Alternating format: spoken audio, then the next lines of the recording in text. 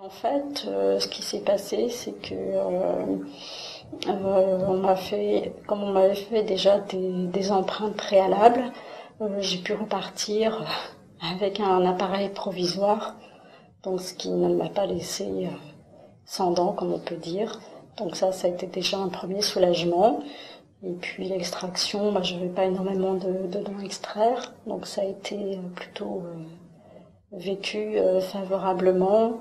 Et puis de toute façon, je savais que c'était nécessaire et que j'aurais un bien-être bien supérieur à celui que j'avais quand j'avais mes dents naturelles.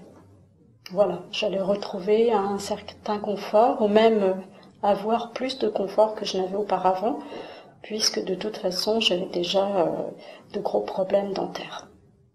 Voilà, donc c'était quelque chose de beaucoup d'accueilli quand même favorablement, bien qu'il y ait quand même une inquiétude par rapport à l'extraction. Bon, les empreintes, c'est pas quelque chose de très évident non plus. Vous avez des produits quand même qui sont pas très agressifs, mais bon, il faut quand même essayer de ne pas bouger. Enfin bon, de plus, on ne voit pas ce qui se passe dans la bouche.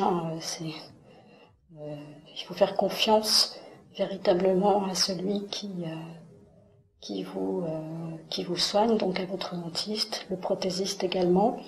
Je crois qu'il faut beaucoup dialoguer, poser le maximum de questions et puis essayer d'en parler autour de soi aussi pour avoir des retours de personnes qui ont peut-être déjà eu des prothèses dentaires, etc.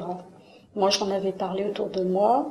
Mon ami, enfin mon mari plus exactement, était au courant. Pour lui, c'était quelque chose d'assez banal, on va dire. Sinon, je n'ai pas eu